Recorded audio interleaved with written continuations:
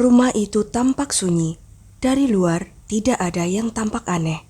Tidak ada tanda-tanda horor yang sedang terjadi. Lingkungan pinggiran kota Berkshire, Hertfordshire terlihat seperti kawasan biasa yang tenang dan aman. Namun di dalam rumah itu, penyiksaan, pemerkosaan, dan pembunuhan sedang terjadi. Kyle Clifford bukanlah pacar yang sempurna. Selama 18 bulan, Louise Hunt bertahan menghadapi sikapnya yang mengontrol. Teman-temannya sudah memperingatkan. Bahkan sang kakak, Hannah, pernah mengungkapkan kekhawatirannya. Kyle kasar, sombong, dan suka merendahkan.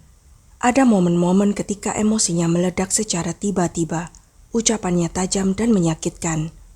Namun seperti banyak korban dalam hubungan yang penuh kekerasan emosional, Louise meyakinkan dirinya bahwa ia masih sanggup bertahan.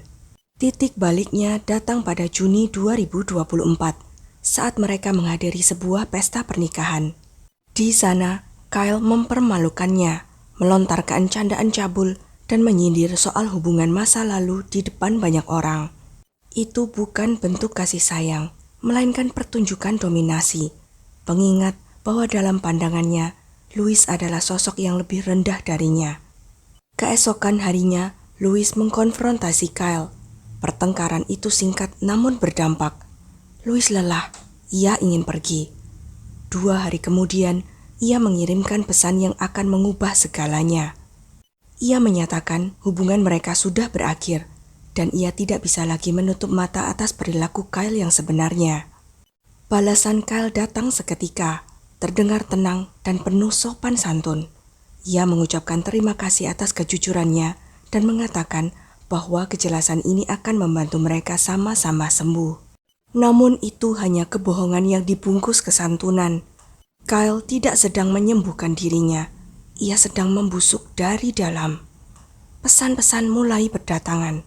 Awalnya terdengar putus asa, kemudian berubah menjadi sindiran pasif-agresif, hingga akhirnya ia berhenti mengirim apapun.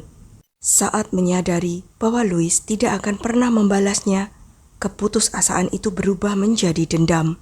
Ia kehilangan kendali dan Louise lah yang telah mengambil hal itu darinya.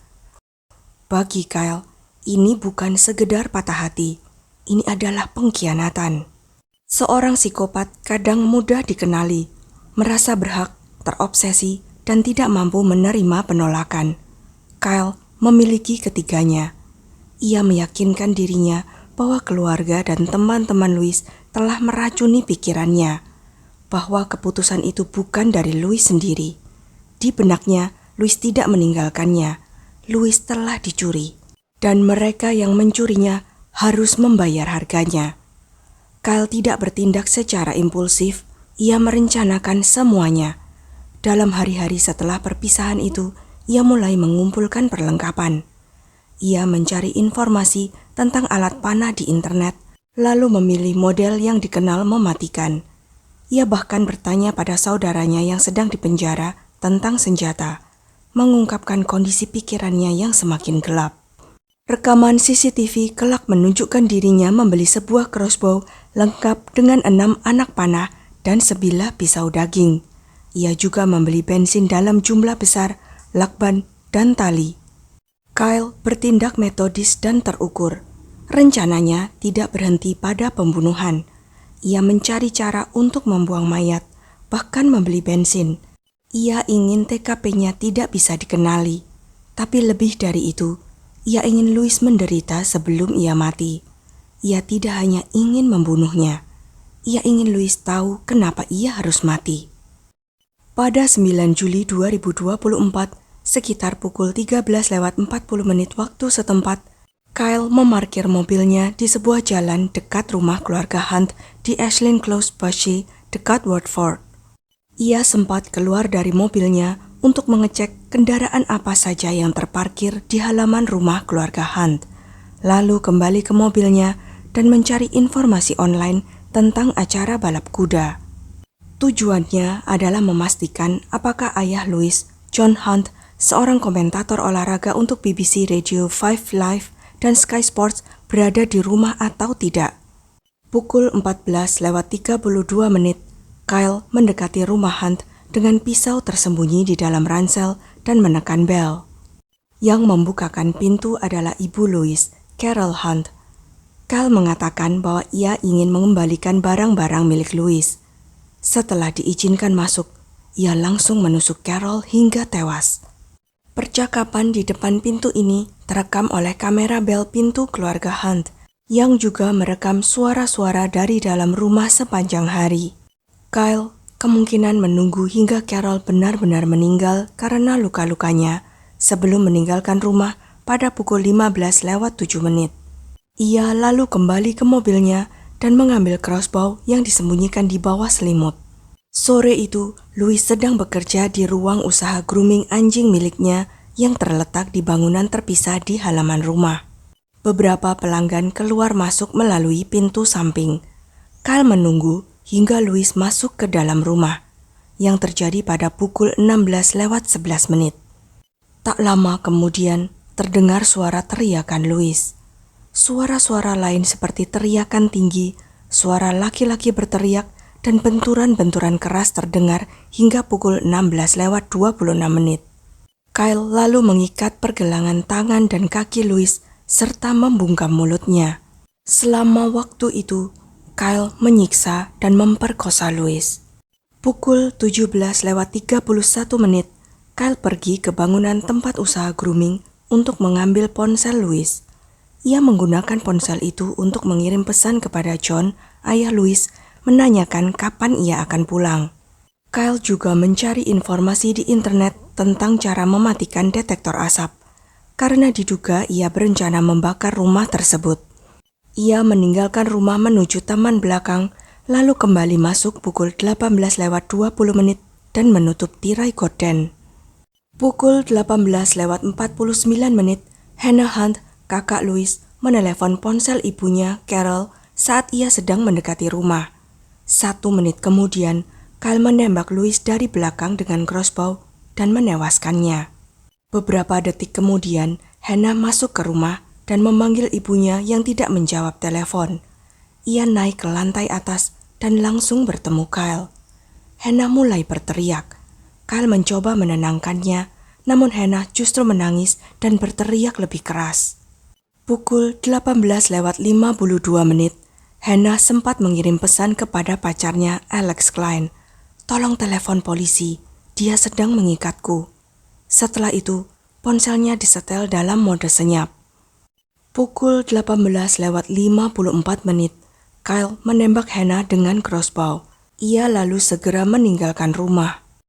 Berdasarkan rekaman suara, kemungkinan besar Hannah sempat menemukan jasad ibu dan adiknya pada pukul 18:57, sesaat setelah ia sendiri ditembak dengan crossbow oleh Kyle dan terluka parah. Hannah sempat menghubungi layanan darurat 999 kemungkinan sebelum Kyle kabur. Polisi bersenjata lengkap segera dikerahkan ke lokasi sebelum pukul 19 bersama tim medis. Hannah masih ditemukan hidup saat petugas pertama tiba, namun dinyatakan meninggal di tempat tidak lama kemudian. Polisi mengeluarkan himbauan kepada publik untuk membantu menemukan Kyle, memperingatkan bahwa ia bersenjata dan sangat berbahaya, serta menyarankan untuk tidak mendekatinya dan langsung menelepon 999 jika terlihat. Setelah meninggalkan rumah keluarga Hunt, Kyle menuju rumahnya sendiri. Ia sempat berhenti di sebuah area istirahat di Ferny Hill, lalu memarkir mobilnya di Cooks Hole Road sekitar pukul 19:32 dan berjalan ke arah pemakaman Lavender Hill yang berada di dekat situ.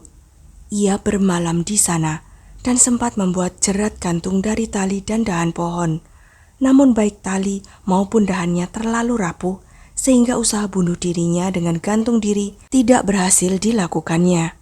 Setelah 22 jam perburuan, polisi akhirnya menemukan Kyle dalam kondisi terluka di dalam pemakaman dekat rumahnya itu, sekitar pukul 18 pada 10 Juli 2024. Ketika melihat polisi bersenjata dan anjing pelacak mendekat, Kyle menembakkan crossbow ke arah dadanya sendiri dalam upaya bunuh diri. Polisi segera mengamankan senjata dan memberikan pertolongan pertama di tempat. sebelum membawanya ke rumah sakit Royal London untuk perawatan lebih lanjut. Belakangan dipastikan bahwa luka-luka Kyle adalah hasil tindakan bunuh diri. Ia menembakkan panah ke dadanya sendiri dan menyebabkan dirinya lumpuh dari pinggang ke bawah dan harus menjalani operasi besar. Kyle dijaga ketat oleh polisi di rumah sakit, namun karena kondisinya, ia belum bisa secara resmi ditangkap pada saat itu. Kyle Marcus Clifford lahir pada 5 April 1998 dan berusia 26 tahun saat melakukan pembunuhan. Ia adalah mantan petugas keamanan dan mantan tentara yang sempat bertugas singkat di pasukan Queen's Dragon Guards. Kyle lalu secara resmi ditangkap dengan tuduhan 3 pembunuhan, namun karena luka-lukanya, ia belum bisa langsung diinterogasi. Pada 17 September 2024, Kyle hadir secara virtual di pengadilan Westminster Magistrates Court dan didakwa atas pembunuhan 3 wanita tersebut. Ia juga didakwa atas penyekapan terhadap Louis Hunt serta 2 dakwaan memiliki senjata berbahaya. Pada 19 Desember 2024, ia kembali hadir secara virtual di Cambridge Crown Court, di mana dia menyatakan tidak bersalah atas ketiga dakwaan pembunuhan, penyekapan, kepemilikan senjata berbahaya, serta dakwaan tambahan atas 1 tuduhan pemerkosaan. Pihak jaksa penuntut menyatakan bahwa tindakan Kyle dipicu oleh misogini ekstrim yang dipromosikan oleh tokoh media sosial kontroversial Andrew Tate. Namun pada 22 Januari 2025, Kyle mengubah pengakuannya menjadi bersalah atas 3 pembunuhan, penyekapan, dan kepemilikan senjata berbahaya. Tapi ia tetap menyatakan tidak bersalah atas tuduhan pemerkosaan Louis Hunt. Dengan pembelaannya mengklaim bahwa kontak seksual yang ditemukan secara forensik merupakan hasil hubungan konsensual pada 23 Juni 2024. Sebelum hubungan mereka berakhir. Namun jaksa menyatakan bahwa teori itu tidak masuk akal. Kyle akhirnya dinyatakan bersalah atas pemerkosaan. Dan pada 11 Maret 2025, ia dijatuhi hukuman penjara seumur hidup tanpa kemungkinan pembebasan bersyarat. Saat vonis dibacakan, Hakim Joel Benatan menyampaikan beberapa pernyataan. Ia menyebut bahwa pada hari kejadian, Carol Hunt menunjukkan hanya kebaikan kepada Kyle sebelum ia diserang secara brutal. Mengenai Louis Hunt, hakim menyatakan bahwa ia mengakhiri hubungan dengan sangat lembut karena kesombongan dan kemarahan Kyle terlalu berat untuk ditanggung. Tentang Hannah Hunt, sang hakim menegaskan bahwa ia tidak pernah menyakiti Kyle dan hanya mendukung adik perempuannya. Berdasarkan bukti persidangan, hakim menggambarkan Kyle sebagai pria pencemburu dan tenggelam dalam rasa kasihan pada diri sendiri, serta memandang rendah perempuan secara total. Pesan-pesan yang ditulis Kyle kepada keluarganya sebelum penyerangan disebut penuh dengan keluhan dan rasa kasihan terhadap diri sendiri. Sebuah acara penghormatan dan doa diadakan di Bushey untuk mengenang para korban. Pembunuhan 3 wanita dari 1 keluarga ini mendapat perhatian besar dari media dan publik, dan dianggap sebagai salah satu tragedi paling mengejutkan dalam beberapa tahun terakhir. Sekian kisah kali ini. Jangan lupa untuk klik like, share, subscribe, dan komen ya pendapat kalian. Sampai jumpa lagi di video-video selanjutnya.